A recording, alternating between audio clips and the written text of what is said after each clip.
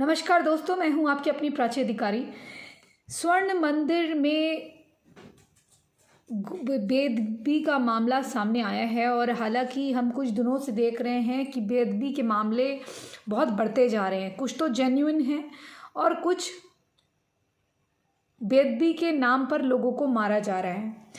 मैं ये बिल्कुल नहीं कहूँगी कि किसी भी धार्मिक ग्रंथ की किसी को भी बेदबी करने की इजाज़त है, पर मैं एक सिविल सोसाइटी की महिला होने के नाते ये भी कहती हूँ कि किसी को भी किसी की जान लेने का इस प्रकार से अधिकार नहीं है।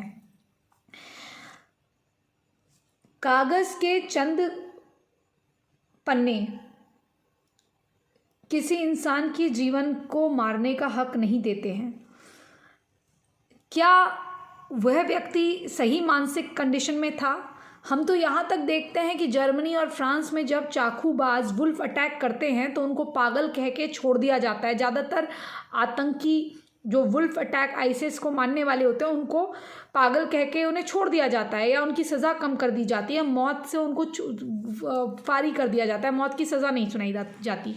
अब एक व्यक्ति जो पता नहीं उसे क्यों वहाँ भेजा गया था, किस लिए वहाँ भेजा गया था और क्यों वो कूदा, उसे उसका क्या परिणाम पता नहीं थे, तो मुझे नहीं लगता ऐसा कोई साउंड माइंड का व्यक्ति करेगा। और ये एक बहुत बड़ी साजिश हिंदुस्तान में चल रही है। ये उसको कवर अप करने के लिए तो नहीं है जो किसान आंदोलन में एक व्यक्ति को मारा गया था, उसके हाथ पैर काट दिए गए थे, उसे वो नशा करता था, उसे ये कह के लाया गया था कि तू हमारे साथ चल, तुझे फ्री का नशा मिलेगा, और फिर उसको लाके बेदबी का मामला कर दिया गया कि ये बेदबी हो गई है और उसे मार दिया गया। कहीं उसी प्रकार से इस व्यक्ति को किसी ने सिखा पढ़ा के इस प्रकार के कृत करने के लिए तो नहीं भेजा कि तू ऐसा कर दे, तेरी मनोकामना पूर्ण हो जाएगी, या वहाँ जाके छू दे, क्योंकि ऐसा लग रहा है कि वो छूना चाह रहा है कि मतलब वो छू कर क्या पता आशीर्वाद ले रहा है, क्योंकि वो मेंटली साउंड तो नहीं लग रहा। क्योंकि कोई भी व्यक्ति आप देखिए वो घूम रहा है, अजीब सी हरकत, उसकी हरकत जो है संगिंद है। मतलब वो अगर वो कोई क्रिमिनल टाइप का होता तो वो किसी और के साथ होता या कोई फ़ोन में बात कर रहा था, कुछ कर रहा था, और कह रहे हैं कि फिंगरप्रिंट से उसका आधार कार्ड मैच नहीं कर रहा है। तो ये उसको, मुझे लगता है किसी ने उसको बलि का बकरा बनाया, उसे इस प्रकार की हरकत करने के लिए भेजा, और जिन्होंने भेजा उन्हें पता था कि वो वहाँ से वापस नहीं आएगा। इस तरह से उसकी बिल्कुल पहचान। और या फिर एक चीज़ और हो सकती है कि भैया घुसपैठिया हो, उससे कहा हो तो ऐसा करके आ, और उसको ये देखिए, दोनों सूरतों में व्यक्ति को नहीं पता होगा कि उसको उसके साथ क्या होने वाला है, क्योंकि साउंड माइंडेड व्यक्ति ऐसा करेगा नहीं।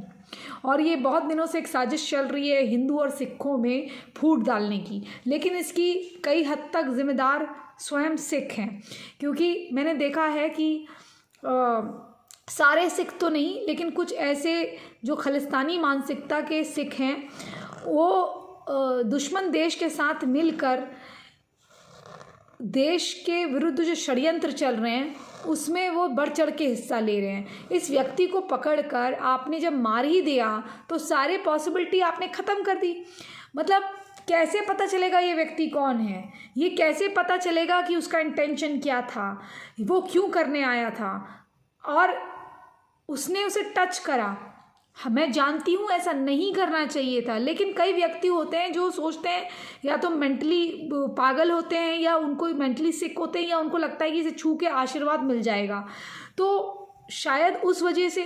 लेकिन वजह जो भी रही हो, ये हादसा गलत है। हाँ, अगर आपको इतना अगर आपको मारने का शौक़ है तो आप वहाँ क्यों नहीं मारते जहाँ आपकी लड़कियों को, सिख ग्रंथी की लड़की को उठा लिया जाता है, तो आप लोग वहाँ क्यों नहीं मारते? वहाँ ये तलवारें, ये आपकी कलाबाजी कहाँ चले जाती है? सारा पुरुषार्थ भारत में जगता है, सारा पुरुषार्थ भारत में जगता है ना, किसी को मारने के लिए, किसी के हाथ पैर काटने के लिए। लेकिन यही जो कश्मीर से जब निकाला जाता है, कश्मीर में जब मारा जाता है, वहाँ जो आतंकी होते हैं वहाँ आप नहीं जाते, वहाँ आपको सिख धर्म की बेदबी नहीं लगती, वहाँ आपको सनातन के रक्षक बनने का, जिसको आप बार बार कहते हैं कि सनातन हमारी वजह से, हिंदू जो है हमारी वजह से जीवित है, आप ये भूल जाते हैं कि आप पैदा किससे हुए और जितने भी गुरु हैं वो कहाँ से आए। सिख धर्म, एक सिख पंथ एक अपने आप में महान पंथ है, लेकिन उसकी स्थापना क्यों करी गई? रक्षा करने के लिए। किसकी रक्षा करने के लिए?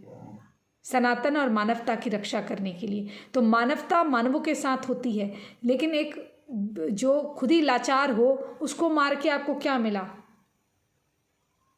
और बहुत से मामले हैं, पाकिस्तान में ऐसा बहुत होता है, भारत में तो ऐसी छोटी मोटी घटनाएं हो रही हैं, लेकिन इस पे मैं ये चाहती हूँ कि सरकार को भी कुछ कड़े नियम बनाने चाहिए कि कोई भी किसी के धर्म का अपमान ना करे। ये ज़रूर है, लेकिन सुनिश्चित करिए कि क्या वाकई में अपमान हुआ है, क्या कोई वाकई में पागल तो नहीं है इस प्रकार की हरकत करने वाला, जब हमें पता है कि वहाँ जाके मार दिए जाएंगे, तो ऐसी हरकत क्यों करेगा कोई?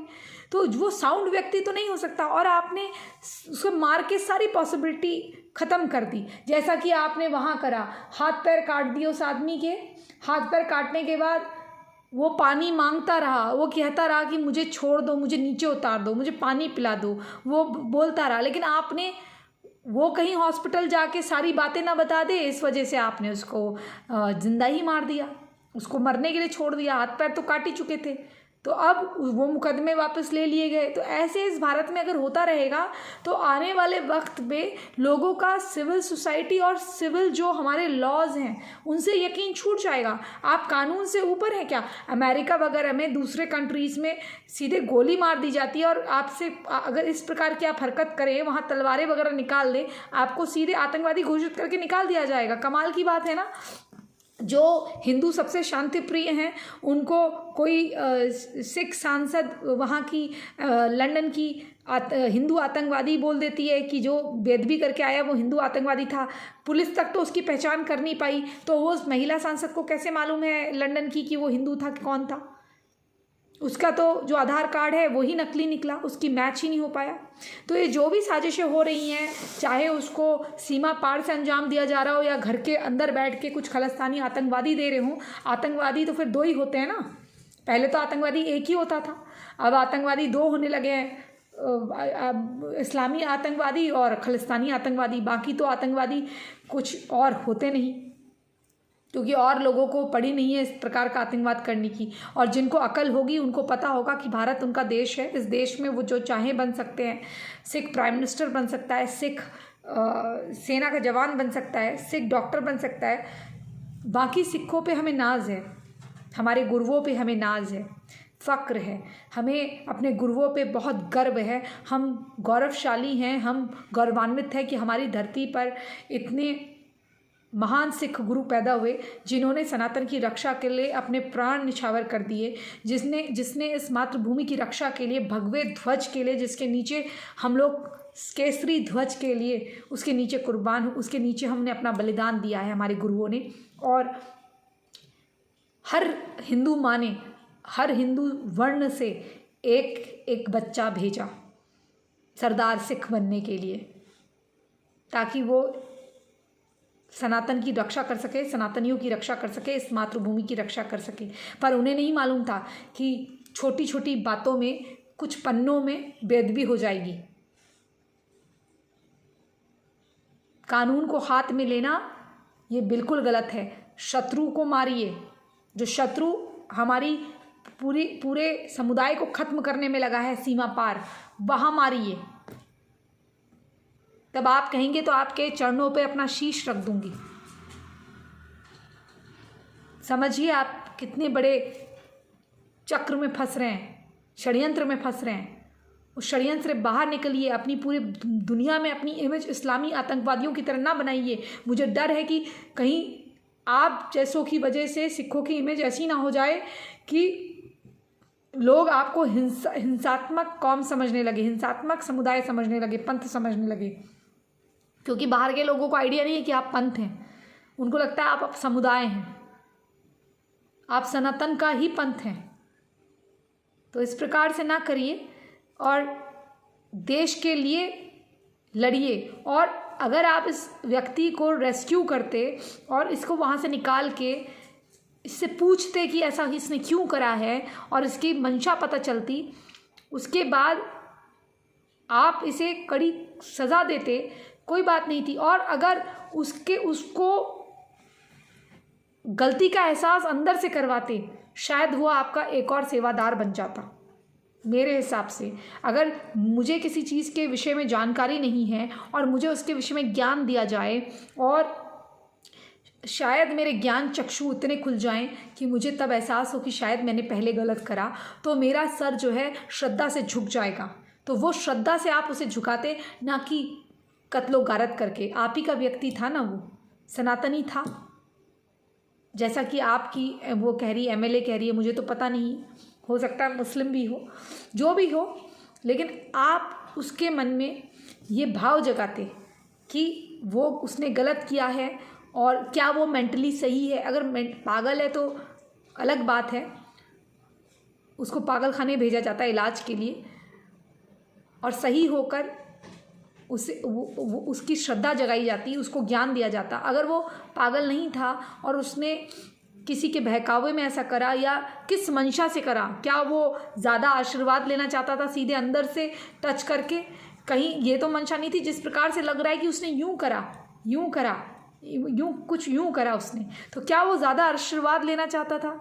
क्या किसी ने ये कहा था कि तू उसे छू देना तो तेरे सारे पाप मिट जाएंगे, दरिद्र मिट जाएगा? कुछ ऐसे भी कभी कभी लोग बोल देते हैं। तो क्या ऐसा था?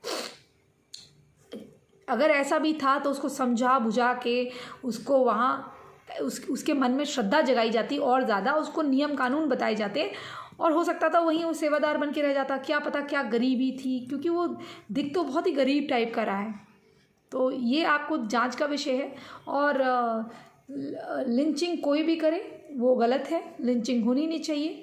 और ये जो एक जिहादियों का ये जो जिहादी कौम से हमने सीखा है लिंचिंग करना, ये होना नहीं चाहिए, किसी में भी नहीं होना चाहिए। कानून को अपना काम करना चाहिए। कानून है देश में, कानून को काम करने दीजिए। मेरे हिसाब से ये गलत है, और जो उसने किया वो भी गलत है। लेकिन उसकी मंशा क्या थी? कहीं वो आशीर्वाद लेना, जैसे होता है ना, कई लोग बोल देते तू अगर उसको छू देगा तुझे आशीर्वाद ज़्यादा मिल जाएगा। हम भी ऐसे मंदिर में यूँ टच करते हैं ना, तो वैसे कहीं ऐसा तो उस पागल को नहीं कहा गया कि बच्चा दिमाग हो, पागलों वाला, और उसको ऐसा किसी ने बोल दिया हो, या नशे वशे की कोई आदत हो। पंजाब में तो नशे के लिए है ही फेमस। तो या फिर कोई घुसपैठिया मुस्लिम व्यक्ति था जो नकली आईडी कार्ड वगैरह से आया था, जिसको ऐसा बोला गया कि तू टच कर देना तो तुझे इतने इतने रुपये मिलेंगे। क्या बात थी? क्योंकि आपने संभावना ख़त्म करी है असलियत जानने की, इसलिए मैं बोल रही हूँ।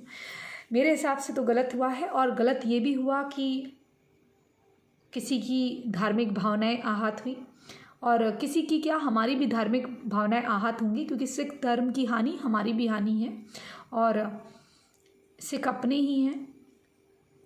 और अगर सिख, बौद्ध और जैनियों का अपमान होता है तो वो भी हमारा अपमान है, और किसी का ऐसे अपमान नहीं होना चाहिए, और ये गलत है। ना ही सनातन के हिंदू धर्म का अपमान होना चाहिए, ये भी गलत है। तो या तो फिर सब लोग फैसला लेने वाले ऐसे ही बन जाएं, कोई कुछ कह दे एफबी की पोस्ट पे तो उसके घर में जाके उसे मार दिया जाना चाहिए, कत्लो-आम कर दिया जाना चाहिए, पुलिस की कोई ज़रूरत नहीं है फिर।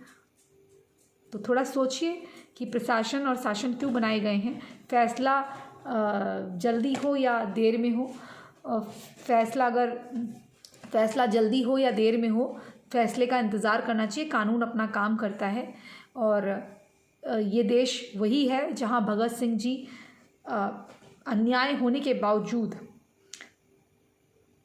केस उनके ऊपर फाइल भी नहीं था, क्योंकि जो लाहौर में एफआईआर मिली है उसमें केस भी उनके ऊपर और राजगुरु वगैरह के सहदेव के ऊपर नहीं फाइल हुआ है, एफआईआर में नाम भी नहीं है। लेकिन फिर भी वो पता नहीं किस न्याय का पालन करते हुए, न्याय पद्धति का पालन करते हुए फांसी को चढ़ गए।